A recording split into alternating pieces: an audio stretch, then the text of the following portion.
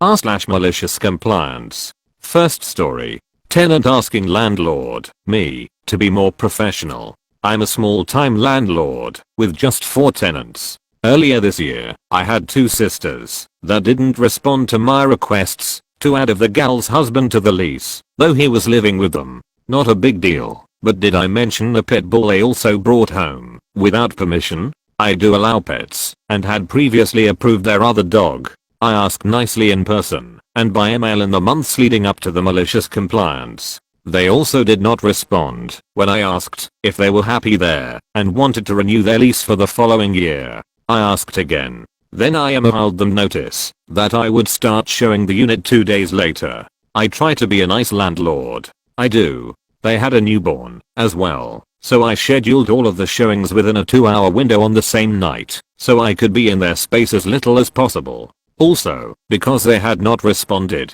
and it was now serious crunch time for getting another tenant and my spouse worked all the following 2 weeks during evening showing hours, I had the delightful inconvenience of bringing my 2 and 6-year-old children with me to the showings. Because I'm not a corporation, I'm a small-time family landlord with kids. Try to imagine how difficult it is to conduct business meetings with 2 kids, right? Then imagine staggering showings every 15 minutes with prospective tenants who are also bringing their own kids. Just to further clutter your imagination, this is an 800 square foot 2-bedroom apartment with a cozy entryway. So I arrive with my 2 kids to find that my tenants are still at home, along with the husband, the newborn and the other sister's boyfriend. So that's 7 people in a small kitchen already. Then the first prospective tenants start arriving. Husbands, wives, with kids, and some showing up early, so there's 2 sets of them. That's 14 people in a small kitchen. And I'm a mom.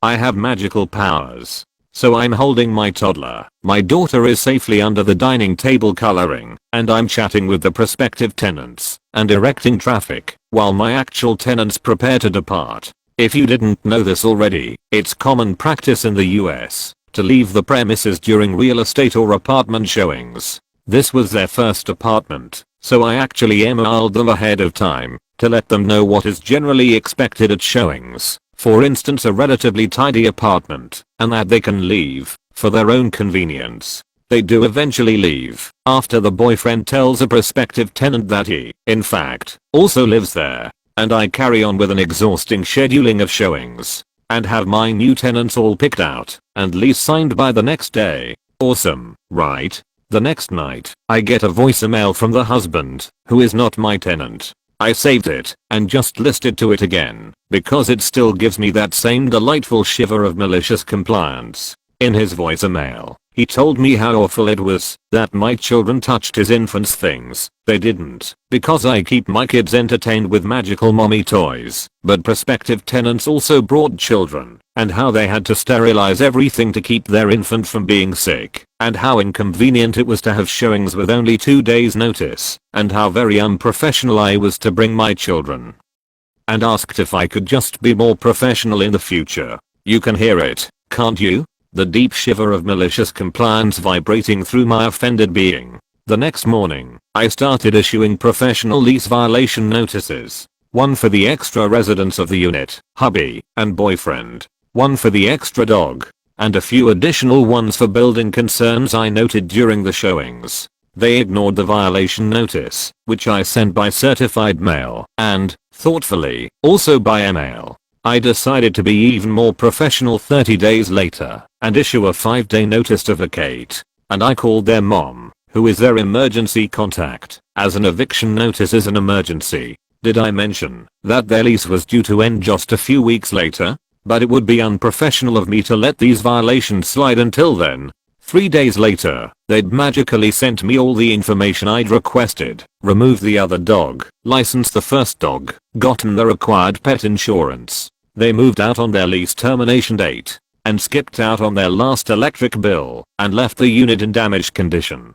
Despite my professional security deposit disposition statement and request for payment, they ignored those notices until I stated I would proceed to small claims court by X date for the total due beyond their security deposit. On X date, they replied stating they didn't think it was fair that they should have to cover damages to the unit or pay any more money toward their utility bill. Yep. 2 months later, there we were in the lobby of the courthouse, sitting across from each other on uncomfortable waiting room benches. They're laughing among themselves about how they're going to get their full security deposit back. And I'm quietly reviewing my presentation notes to the judge and my sizable stack of evidence, photographs, videos. This was my first time in court, but I wasn't laughing. I was preparing. 1 hour later, we are back in the lobby and their mom is trying to write me a check for the full amount of the judgment. She doesn't have a pen. Her kids don't have a pen. I, however, have a pen. I cheerfully offer my pen. She writes the check and hands it to me, and, wait. I hold out my hand again. Got my pen back too. I was so proud of myself for not saying any of the sassy things in my head in that moment. You know why? Because I was being professional, as I'd been from the moment he'd left that voicemail. As a last note, I do acknowledge that it would have been better if I hadn't brought my children.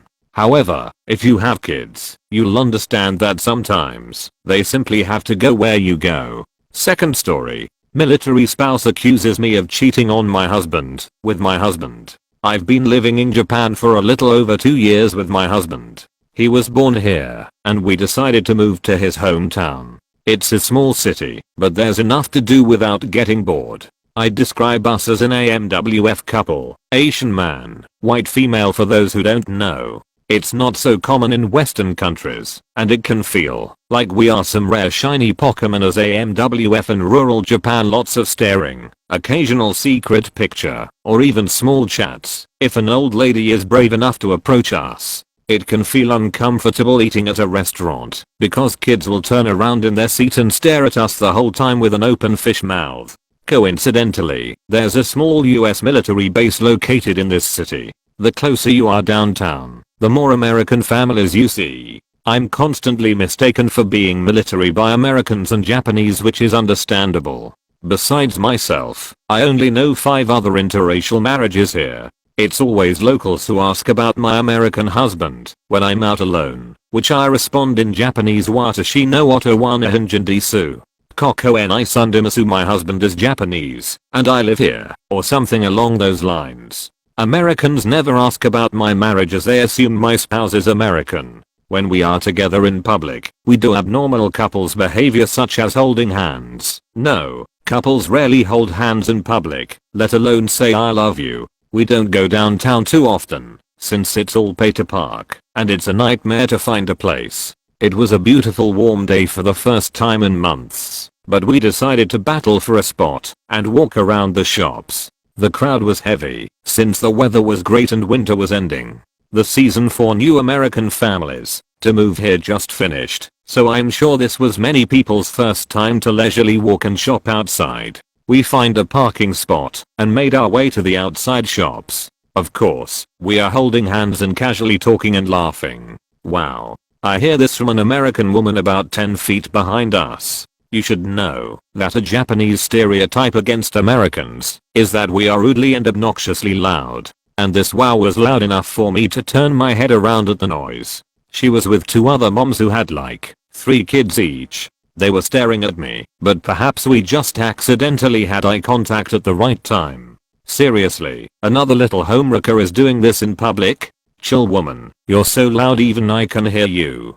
We find a table nearby at the Starbucks outside. We are enjoying our drinks when the same group of women approached us with their strollers in tow. They definitely had some sort of purpose with something to say to us. Let's call her Honor, woman in Japanese. Honor, excuse me, but you need to keep whatever you're doing in your messed up home. Doing that in public in front of families to see is disgusting and immoral. My kids don't need to see such a bad display of marriage. I'm so confused, as was my husband, who can speak English. Who knew drinking coffee outside was a crime against humanity and marriage? Me, I backquote, I'm sorry. What did we do? Honor, you know exactly what you're doing. Asterisk SHE points to my wedding ring. Me, no, I don't. Honor, good lord, does your husband know about this? Is he on a ship right now? That's so like a dependopotamus. Her friends laugh. In case you don't speak military, a dependopotamus is slang for a military wife who stays at home all day, doesn't clean, uses their spouse as an ATM, and looks like Jabba the Hutt. It dawns on me, she thinks I'm a military spouse and I'm cheating on my American husband. I started laughing because she's suggesting I'm cheating on my husband with my husband. Me, this is my spouse. I'm actually not part of the military community and have a Japanese visa. Anna looks at my significant other up and down. The two women behind her apologize, but the Anna didn't believe it. Anna, no one would voluntarily want to live in this little town. Nice lie, but you're not representing the military community. You make all of us wives look like whores. Who is your husband, and what's his rank? Also, I need your dependent ID. My husband is a high rank, so he'll make sure your husband is aware of your infidelity. She pulls out her phone to probably type my response. I'm offended since this is actually a nice place to live, and very open to foreigners. Me, look, my husband's name is Ree, not his real name. I don't want to reveal personal info, and he's sitting right here. I'm not going to show you my military ID, since I don't have one, and you're not the police. As proof, you can obviously see our wedding bands match, and here's a picture. I show her my phone screen which is of us in traditional Japanese clothes on our wedding day. Her eyes became huge at the picture. Her two friends and their spawn have already started walking away. Anna, why are you in a relationship with him? You should be in a normal relationship and start having a family with American kids. She says some other statements which I'd consider racist against the Asian race. It's so ironic because we are in Japan and she's fussing about me being married to a Japanese man. My husband has been quiet throughout the whole exchange and says to me we should go. I agree and stood up. Me, stop. The things you are saying are extremely offensive. I was part of the military community myself some years ago, and what you're doing is against spousal conduct. She smirked. Go ahead and tell people what I did. Then, my high-ranking husband is an E7, and everything will be swept under the rug, no matter what happens. You can't touch me. So that's what I did. Note, this is a small military community. Someone does something minor and it's talked about between wives like chickens. Later that day, I run into my friend who works on the base, and she's well known in the community for being one of the main event coordinators. I don't miss this chance to comply with Anna's demand and explain to my friend about the exchange and how it made my husband extremely uncomfortable with her remarks. She asked me if this person looked like so and so, which I said yes. My friend rolls her eyes. Friend, she just arrived a couple months ago and is already causing problems with rumors and drama. Looks like we have a racist too. I'll make sure what she said is passed on. It's been half a year later, and I didn't hear anything about Anna again, since I distanced myself from making military friends here. I've only been in my new city for a little over 2 years, and experienced more drama from military families than I have my whole high school career. That is, until now. Last week, I ran into my friend who's getting ready to leave back to the United States. We had a little discussion about her moving and my family planning and dropped a bombshell. Friend, do you remember Anna, who accused you of cheating on your non-existent military spouse and called your husband a racist name? Me, of course. I haven't heard anything from her since. Friend, well, I mentioned we were already having problems with her not long after she got here. I told my boss that there's a person who was bothering and threatening civilians and asking for IDs which isn't allowed for someone with her status. My boss was extremely interested after I mentioned her name because Anna was scheduled for an interview in my department. I suggested we look at her social media accounts from her past behavior because we don't tolerate racism. It was easy to find her Twitter and Facebook, particularly Facebook since we have many mutual friends. Her SNS was shocking. While she set her Facebook to private, her Twitter was littered with malicious tweets and retweets. This included racism slang for many nationalities, colorful language, and using her husband's military rank to bully others. She made it very clear that she wants to see her current city burn to the ground, and why would anyone want to learn Japanese, since it sounds terrible. We printed some of the more extreme things she posted, and we still invited her to the interview. Oh, and did I mention my boss is Japanese? So she comes into the interview which I was part of. I asked 3 good things about her which is she says dependent, gets things done, and friendly.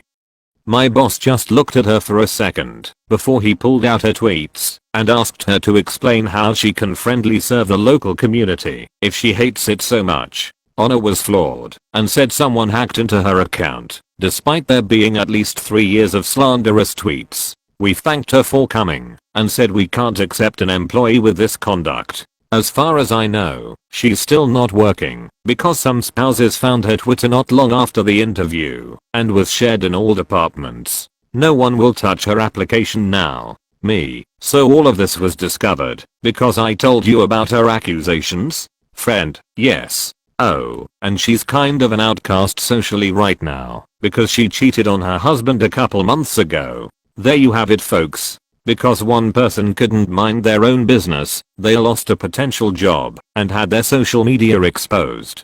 Super ironic since she became the dependopotamus and adulterer, the same thing she was accusing me of. Edit, since some posts say it's fake because my writing sucks. This is how I tell my stories online.